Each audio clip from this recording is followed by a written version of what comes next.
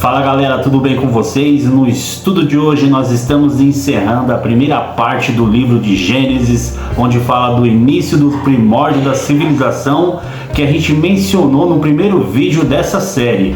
Agora nós vamos para a história dos patriarcas com a história do Abraão, que é um nome muito icônico, também tido aí por um dos presidentes dos Estados Unidos, Abraham Lincoln. E a gente vai ver a proeminência desse nome. Então acompanhe conosco e vamos descobrir algumas curiosidades da terra onde ele nasceu e as viagens por onde ele peregrinou, a rota e muito mais. Acompanhe nosso canal Nômades Literários Morando em Gênesis, que é a nossa série de hoje.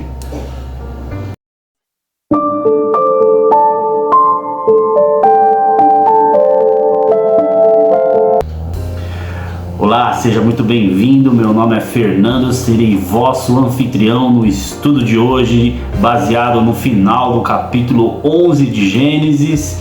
Não deixe de olhar a descrição desse vídeo com as fontes consultadas para a preparação desse estudo, a divisão de capítulos e o nosso e-book de apoio, que será apenas uns 20 minutos do seu tempo lendo e conferindo o nosso estudo. Então vamos para a nossa velha e boa apresentação de slides no nosso estudo. Bora lá! Muito bem, pessoal, estamos no estudo O Início da História de Abraão em Gênesis 11, do 10 ao 32. Essa passagem encerra a primeira parte do livro de Gênesis, que é chamada a História dos Primórdios da Civilização, mencionada no primeiro vídeo desta série. Agora vemos a preparação de palco para a história dos patriarcas e suas civilizações, que serão narradas a partir do capítulo 12 em diante. E o próximo passo de Deus na história da redenção será chamar de entre eles um dos descendentes de Sem, que é o filho de Noé, com quem fará uma aliança. Através desse descendente, Deus formará uma grande nação que abençoará toda a terra. Aqui você acabou de ver um trecho do primeiro vídeo dessa série. E dessa forma Deus haverá de manter a linhagem santa e cumprir a promessa que ele fez, que mandará um descendente da mulher que haveria de esmagar a cabeça da serpente, feita lá no Jardim do Éden, em Gênesis 3,15. Nós sabemos muito bem que se trata a respeito de Jesus Cristo. E o descendente que Deus escolheu soberanamente foi Abraão, que será a pessoa mais importante na segunda parte do livro de Gênesis, que vai do capítulo 12 até o 25 sobre ele, e sendo o primeiro dos patriarcas, que será até o último capítulo de Gênesis, que é o capítulo 50. Abraão foi considerado pai da fé, amigo de Deus e pai da nação de Israel.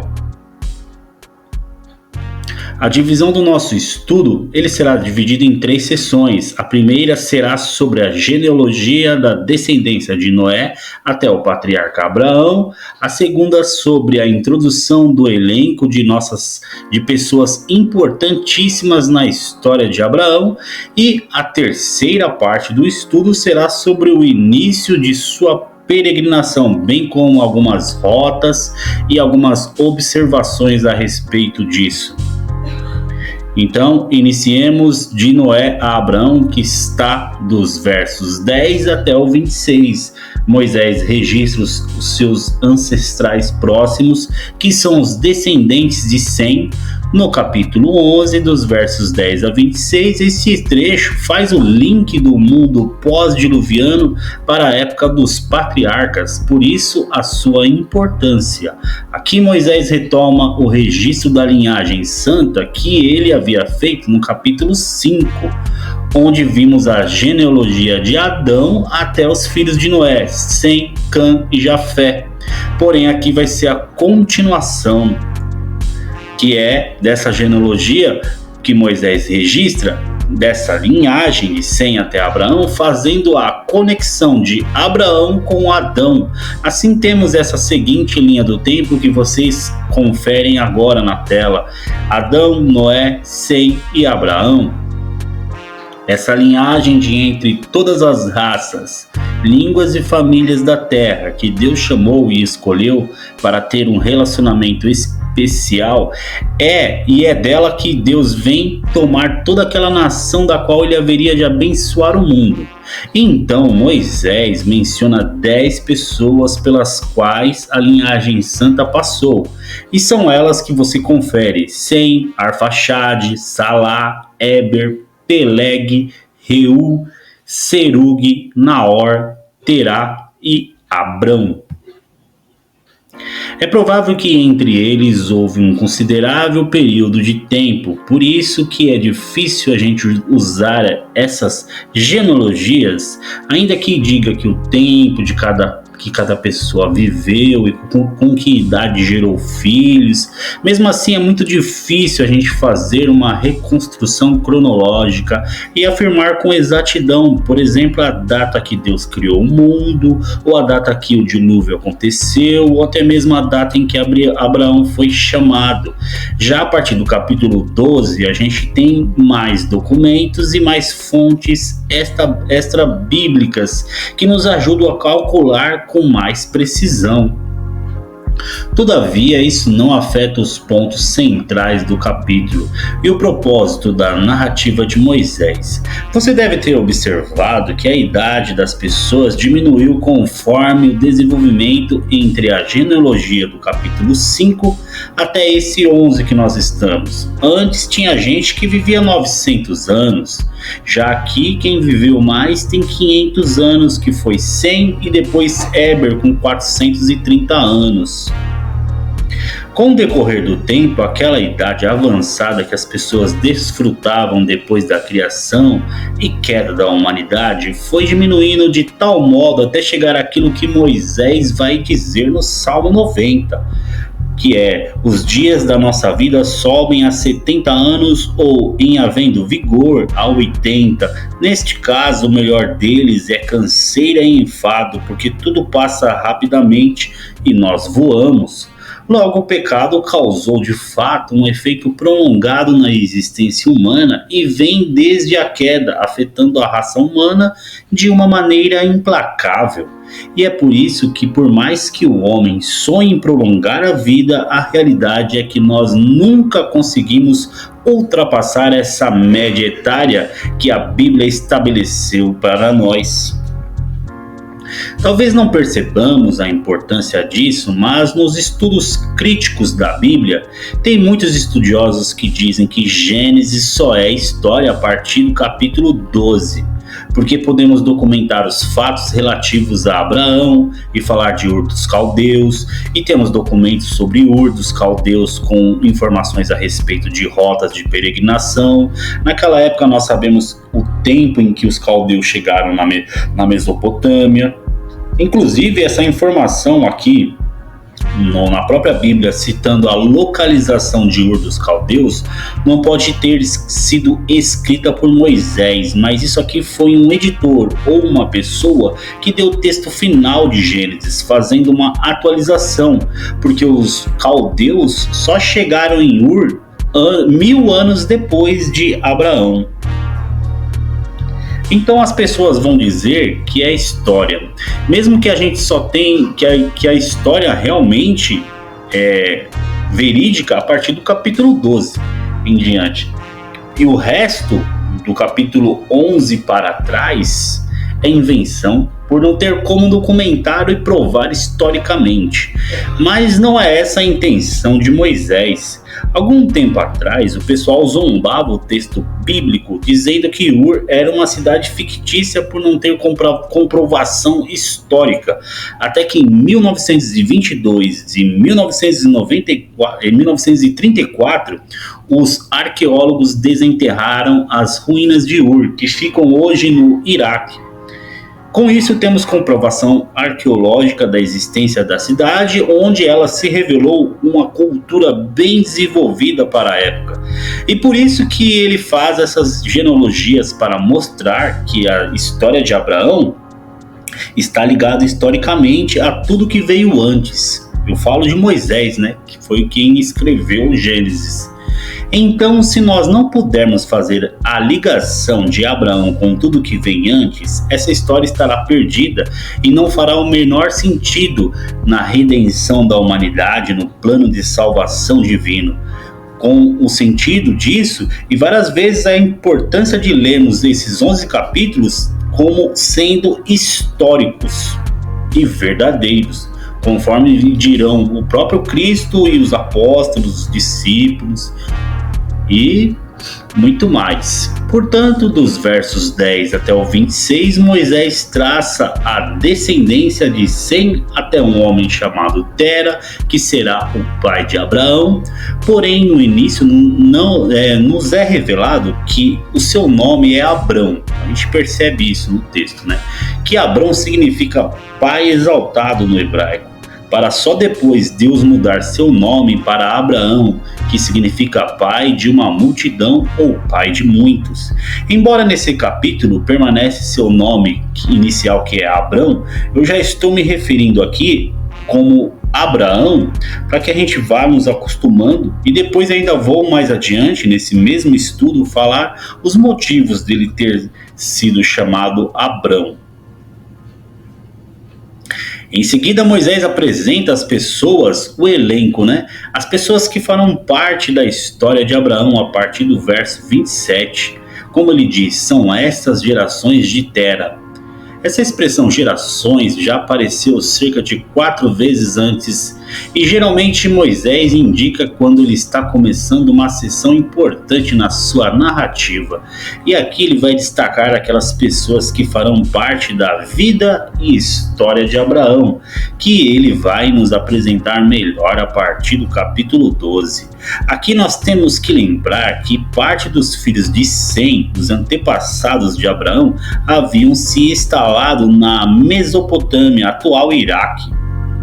Por isso, às vezes, Abraão é chamado mais adiante de o Betuel e o Labão, e também Labão, o arameu, aqui no livro de Gênesis, exatamente porque ele era daquela região e uma parte da família de Abraão foi mais para o sul, para uma cidade chamada de Ur, onde viveu o patriarca Jó. Alguns acham inclusive que Jó foi contemporâneo de Abraão, pois viveu na mesma época e era um homem riquíssimo. Ur era uma cidade bem avançada e desenvolvida. Já havia muita gente morando naquela região e Jó seria um dos patriarcas chefes de tribos que morava naquela região. Mais tarde ficou conhecida como a mais importante cidade daquela região, às margens do rio Eufrates, em que Tera e sua família viveram lá. No verso 27, diz ali que em Ur, Tera, pai de Abraão, gerou seus 3 filhos. Abraão, o filho primogênito, Naor, o filho do meio, e Harã, o caçula. E deste Harã veio também um homem chamado Ló. Com isso vem a importância de sua menção, porque Ló vai se tornar uma personagem importante em 2 episódios na vida de Abraão. Primeiro, na luta de Abraão contra os reis que vieram contra Sodoma e Gomorra, e mais adiante no episódio da destruição de Sodoma e Gomorra. Assim, Moisés já antecipa aquelas pessoas que vão fazer parte da história de Abraão, e esse é o caso de Ló, filho de Harã, sobrinho de Abraão. E no verso 28 nos fala a respeito do próprio Harã, o caçula entre os 3 irmãos, que morreu na terra onde nasceu em Ur dos Caldeus, estando o pai deles ainda vivo.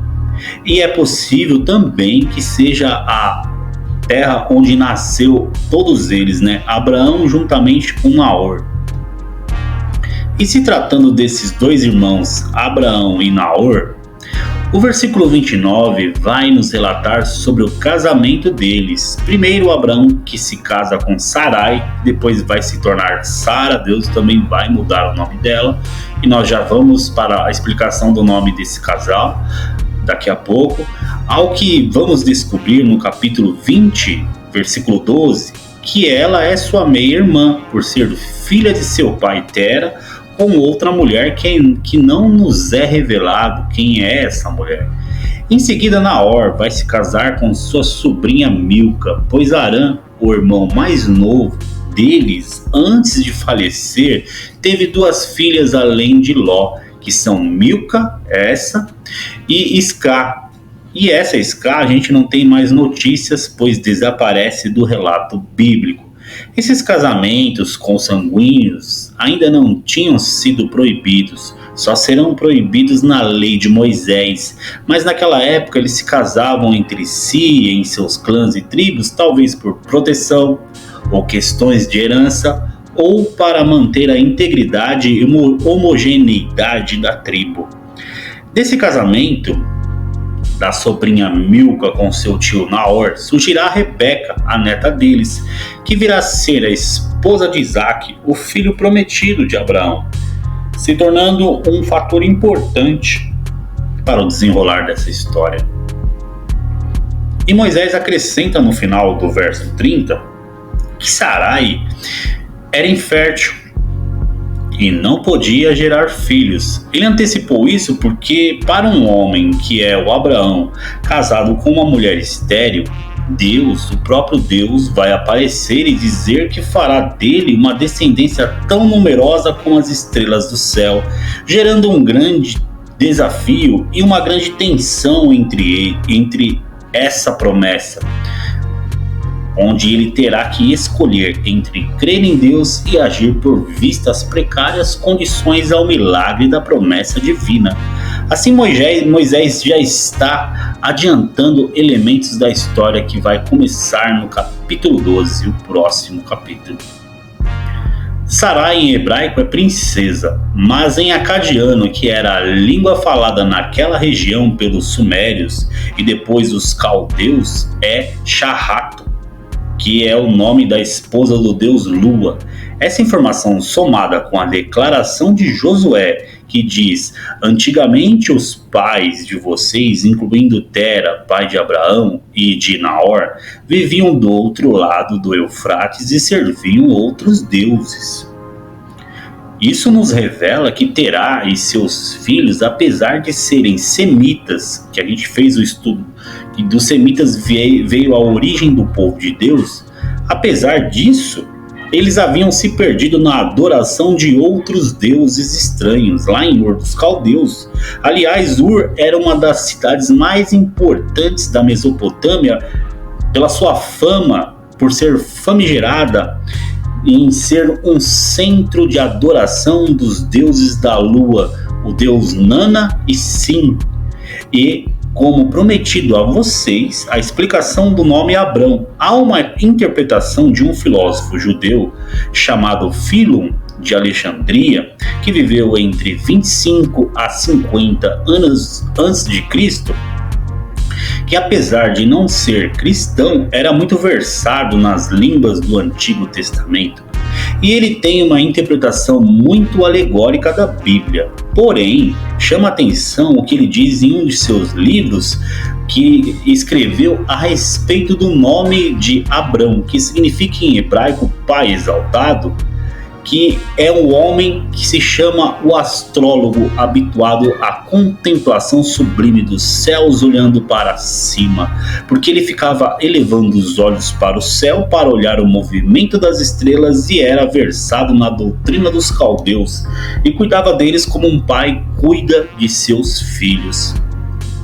Às vezes a gente pensa que quando Deus chamou Abraão, ele era um homem piedoso, que já conhecia a Deus e era temente a Deus.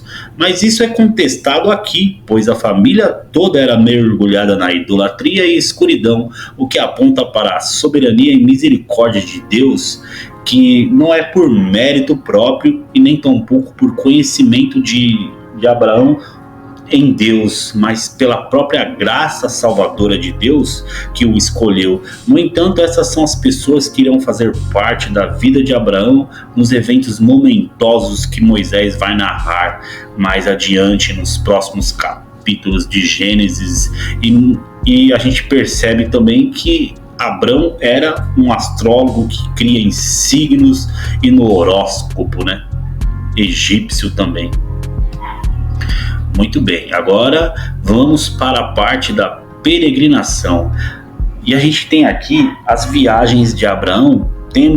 Podemos ver nosso planeta Terra, a região dos 2 versos finais localizadas entre a Europa, África e Ásia, e também chamada Crescente Fértil. Começamos a nossa jornada pelo texto.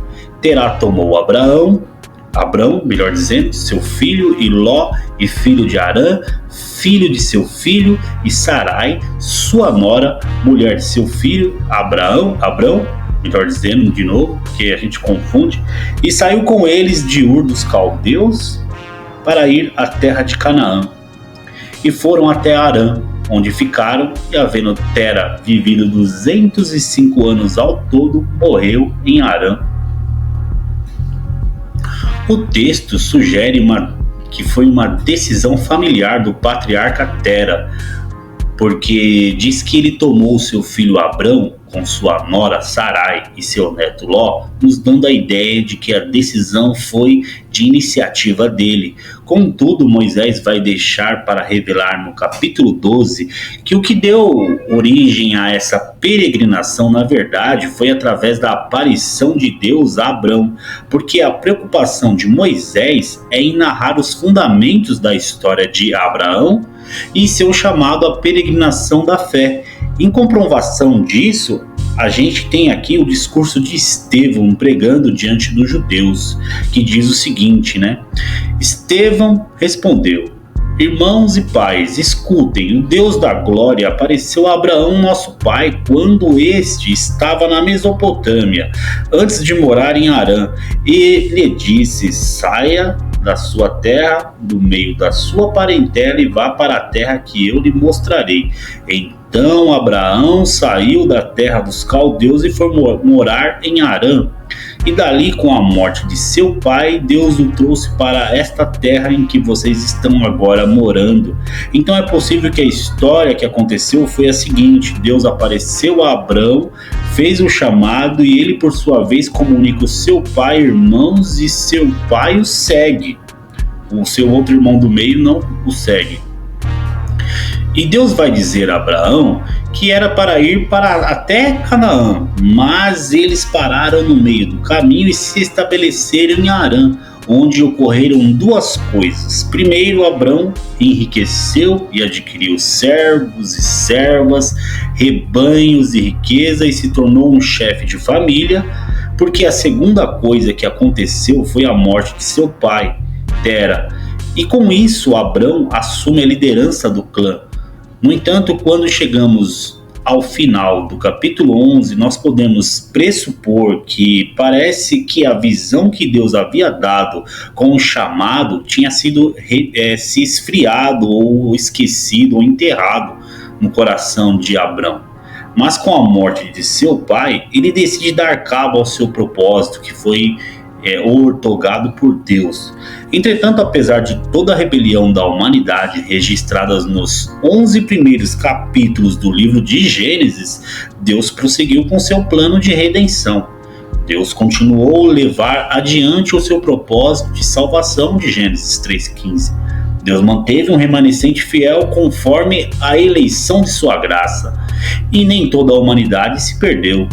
O restante da Bíblia, do capítulo 12 de Gênesis até Apocalipse, é o registro dos atos salvadores de Deus na história humana, agindo poderosamente para cumprir o seu plano que ele engredou lá na eternidade antes da criação do mundo e da humanidade.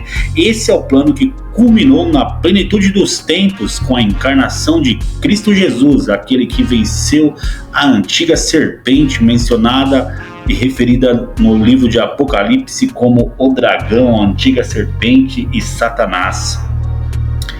E agora nós terminamos e concluímos o nosso estudo. Muito obrigado pela audiência. Se inscreva no canal, curta o vídeo, compartilhe com seus amigos ou alguém que você acha que vai se beneficiar desse estudo. Ative as notificações. Os nossos vídeos eles saem todas as quintas-feiras às 9 da manhã. E até mais, pessoal!